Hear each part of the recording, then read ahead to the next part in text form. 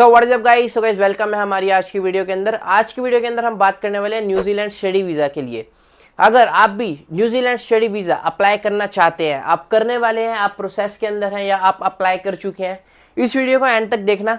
इस वीडियो के अंदर मैं आपको बताने वाला हूँ न्यूजीलैंड स्टडी वीज़ा का क्या प्रोसेस होता है, क्या बेस्ट टाइमिंग है वीज़ा अप्लाई करने की, और जब आप वीज़ा अप्लाई कर रहे हैं आपको किन किन चीज़ों का ध्यान रखना है। तो ये वीडियो आपके लिए काफ़ी ज़्यादा हेल्पफुल हो सकती है। आपको क्या करना है, आपको चैनल को सब्सक्राइब करना है, वीडियो को लाइक करना है, और अगर और भी कोई न्यूजीलैंड स्टडी वीज़ा अप्लाई करने वाला है तो उसके साथ शेयर करनी है ताकि उनकी भी हेल्प हो सके। वीडियो को करते हैं शुरू। इस वीडियो के अंदर हम बात करेंगे जुलाई इनटेक, न्यूजीलैंड जुलाई इनटेक के बारे में। आज है 15 अप्रैल 2025। अगर हम जुलाई इनटेक की बात करें, अभी हमारे पास टाइम कितना, हमें सारी चीज़ें देखनी चाहिए। 15 अगस्त, मई, जून, जुलाई, आपके पास ज़्यादा से ज़्यादा 2 मंथ्स हैं, 3 मंथ्स हैं ज़्यादा से ज़्यादा।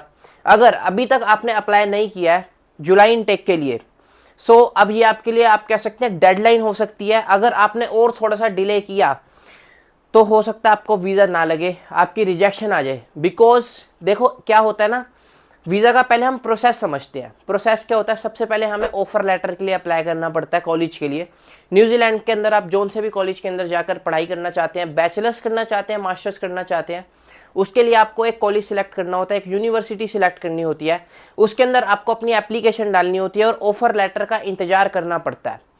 इसके अंदर ऑफर लेटर के लिए आप अप्लाई करते हैं, वहाँ से रिस्पॉन्स आता है। इस सब के अंदर, प्रोसेस के अंदर लगभग 25-30 डेज, हम 1 मंथ मान लेते हैं, 1 मंथ इसके अंदर लग जाता है।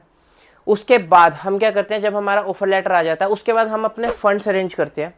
फंड्स हमें कैसे अरेंज करने होते हैं, जैसे अगर आपको नहीं पता फंड्स के अंदर क्या क्या आता है, इसके अंदर आता है आपकी ट्यूशन फीस, वहाँ पर आप जौन सा भी कॉलेज के अंदर जाने वाले हैं वहाँ की आपकी फ़ीस, 1 ईयर फीस, और वहाँ के लिविंग एक्सपेंसेस विच इज़ $20,000, जो कि डिसाइडेड है 20,000 न्यूजीलैंड डॉलर्स, जो कि अगर आप आज के रेट से लगाओ तो लगभग ऐसे हो जाते हैं हमारे 10 से 12 लाख रुपए।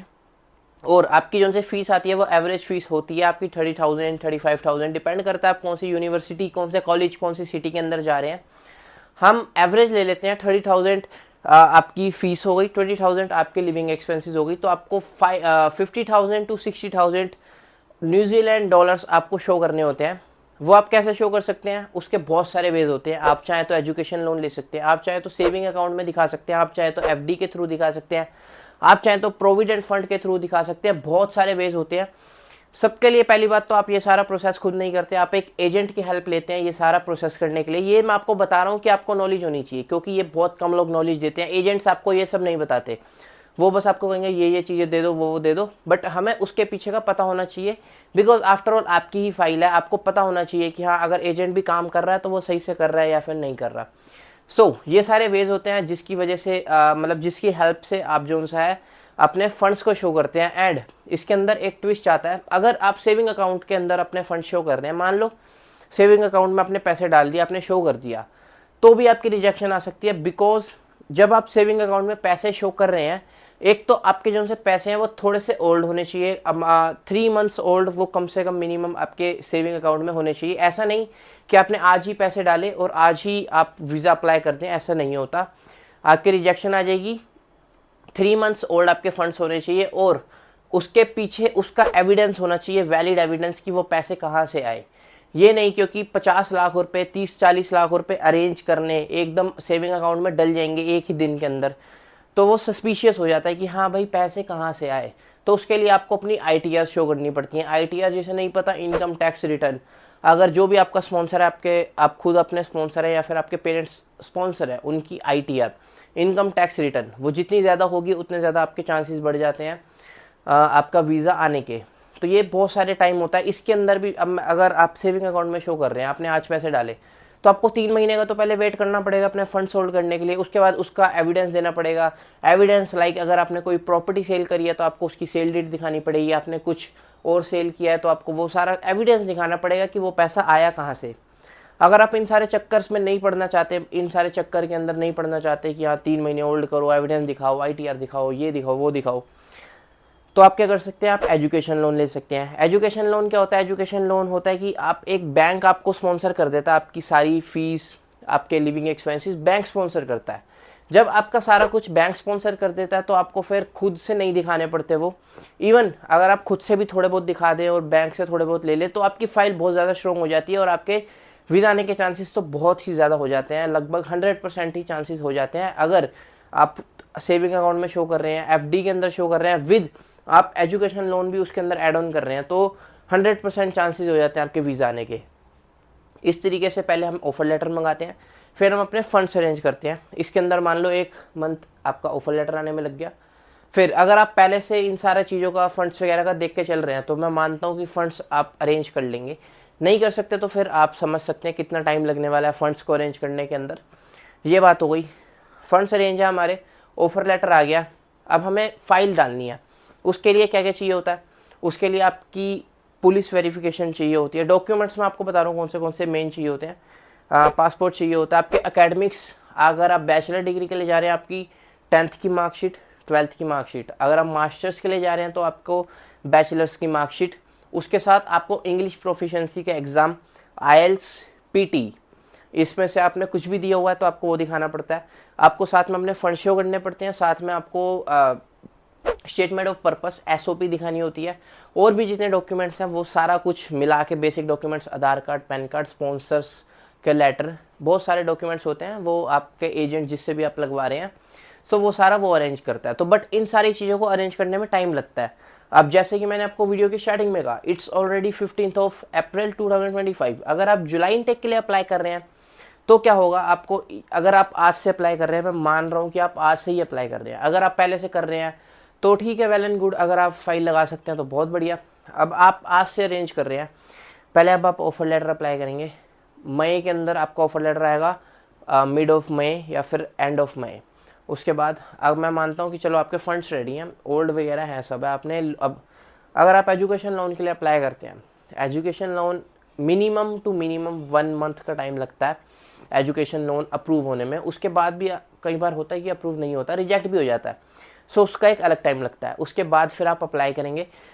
उसके बाद भी जो सा एम्बेसी के अंदर प्रोसेस होता है, एम्बेसी का खुद का प्रोसेस होता है 1 मंथ का आपको वीज़ा अप्रूव करने के लिए, तो आपका वहाँ पर भी टाइम जाने वाला है।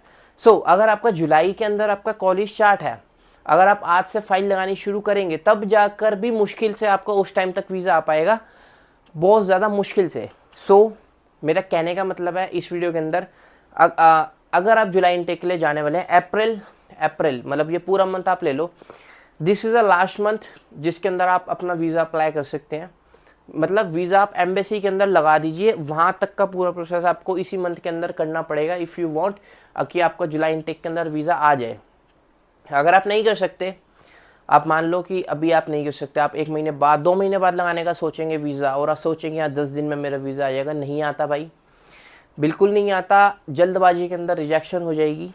सो उसके अंदर भाई आपको अपना इनटेक को शिफ्ट करना पड़ेगा। आपको नवंबर इनटेक या जनवरी इनटेक या फेब इनटेक के अंदर आपको अप्लाई करना पड़ेगा। सो इस वीडियो के अंदर मैंने आपको यही बताना था कि अगर आप अभी ही वीज़ा इस मंथ के अंदर वीज़ा लगाते हैं तो ठीक है, तब चांसेस हैं कि आपका वीज़ा आ जाएगा, वरना आप वीज़ा मत लगाइए। जल्दबाजी अच्छी नहीं है। हो सकता है जल्दबाजी के चक्कर में अगर आपकी रिजेक्शन आ गई सो गलत हो जाएगा, बिकॉज आपका बहुत सारा टाइम इसके अंदर इन्वेस्ट होता है, इसके अंदर आपकी बहुत सारी मनी इन्वेस्ट होती है, आपकी ड्रीम्स आपके इन्वेस्टेड होते हैं। तो रिजेक्शन नहीं आनी चाहिए। Delay is better than rejection, ये बात को आपको ध्यान रखना है। अब मैं क्यों कह रहा हूँ कि मत लगाना अगर इस मंथ के बाद नहीं लगा सकते। देखो क्या होता है ना, हर चीज़ के पीछे एक रीज़न होता है। हर साल जो है हर कंट्री की गवर्नमेंट, वहाँ की एम्बेसी एक नंबर डिसाइड रखती है कि हम इस साल इतने लोगों को वीज़ा देंगे। सपोज़ मान लो कि 1 लाख लोगों को न्यूजीलैंड ने वीज़ा देना है। फाइल्स आती हैं कितने, 5 लाख फाइल्स आती हैं मान लो, ये नंबर्स एक्यूरेट नहीं है, ये मैं आपको समझाने के लिए बोल रहा हूँ। 5 लाख फाइल्स लगी और 1 लाख को उन्होंने वीज़ा देना है। सो क्या होता है ना, जब स्टार्टिंग की फ़ाइल होती है, मान लो जिन लोगों ने जुलाई इनटेक के लिए फरवरी में, जनवरी में अप्लाई कर दिया होगा तो उनकी फ़ाइल सबसे ऊपर होंगी, और उस टाइम पर उनके पास बहुत जगह होती है वीज़ा देने की, तो वो दे देते हैं वीज़ा अगर आपकी फ़ाइल डिसेंट होती है, अच्छी होती है। अब जैसे जैसे इनटेक क्लोज आएगा, बहुत सारे वीज़ा ऑलरेडी अप्रूव्ड हो चुके हैं। अब बहुत सारे वीज़ा अप्रूव्ड हो चुके हैं तो अब उनको लिमिटेड वीज़ास देने हैं, तो अब की जो सी वो बाद की फाइल्स होती हैं उसको वो थोड़ा थोड़ा रिजेक्ट कर देते हैं। स्ट्रिक्टनेस बढ़ा देते हैं। आप मान लो कि हाँ बिल्कुल, अगर हल्का सा भी उन्हें कमी लगती है तो वो रिजेक्ट कर देते हैं। शुरू की फाइल्स जो है उसमें वीज़ा आपका आने के चांसेस ज़्यादा होते हैं और बाद में आपके वीज़ा आने के चांसेस कम होते हैं। और अगर आपका इंटेक ही निकल गया तब भी आपका वीज़ा जो है डिले हो सकता है, आपका वीज़ा रिजेक्ट हो सकता है, आपका इंटेक चेंज हो सकता है। सो मेरा यही है इस वीडियो के अंदर मोटिव आपको बताने का कि अगर आप जुलाई इंटेक के लिए अप्लाई करना चाहते हैं so this is a best time, this is a last time कि आप वीज़ा अप्लाई करें। अगर आप मई जून के अंदर जुलाई इंटेक के लिए वीज़ा लगाएंगे तो आप हो सकता है कि देरी हो जाए। सो कोशिश करिए इस मंथ के अंदर ही आप वीज़ा लगा दीजिए। तो यही थी आज की वीडियो, बहुत छोटी सी वीडियो रखी है मैंने, आपको एक छोटी सी चीज़ समझानी थी। और आप इससे रिलेटेड अपने एजेंट, जो भी आपका एजेंट है, उससे आप कांटेक्ट कीजिए कि हाँ ऐसे ऐसे है कि जुलाई इंटेक अगर हो सकता है तो ठीक है, अगर टाइम लग रहा है तो आप इंटेक 2-4 महीने बाद का इंटेक ले लीजिए। Delay is better than rejection. So मिलते हैं किसी और बढ़िया सी वीडियो में। और भी किसी टॉपिक पे वीडियो बनवाना चाहते हैं और कोई भी आपको डाउट है, आप मेरे को कमेंट के अंदर पूछ सकते हैं। पर्सनल अगर कोई डाउट है तो आप मेरे को इंस्टाग्राम पर फॉलो कर सकते हैं, यहाँ पर आपको आईडी शो हो रही होगी। करना क्या है अब आपको, जाते जाते चैनल सब्सक्राइब, वीडियो लाइक। मिलते हैं किसी और बढ़िया सी वीडियो में।